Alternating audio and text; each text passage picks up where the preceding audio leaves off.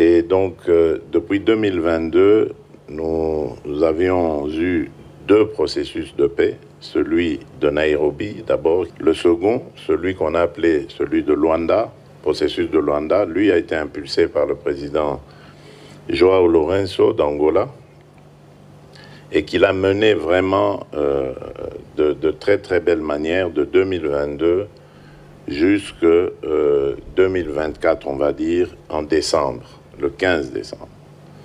Ce jour-là, ça allait vraiment être l'aboutissement de ce processus, parce que tout le chemin avait été parcouru, tout avait été organisé, et on allait donc sceller cet accord de paix en décembre 2024. Malheureusement, le président rwandais avait brillé par son absence.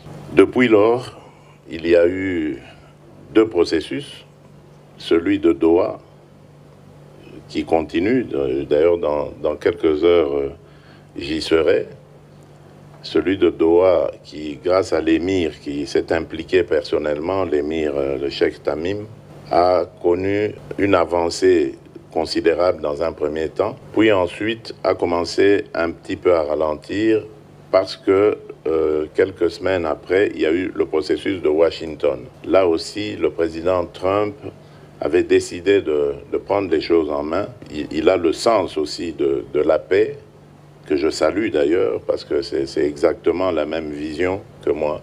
Vivre en paix, travailler au développement de nos populations, travailler à la coopération entre nos pays, amener le sourire, le développement, la joie, le bonheur, c'est mon leitmotiv. Et ça, c'était un accord qui comprenait la fin de la guerre, la fin du soutien aux groupes armés qui pourraient déstabiliser l'un ou l'autre pays. Cette rencontre a été la dernière étape de son séjour au pays des pharaons.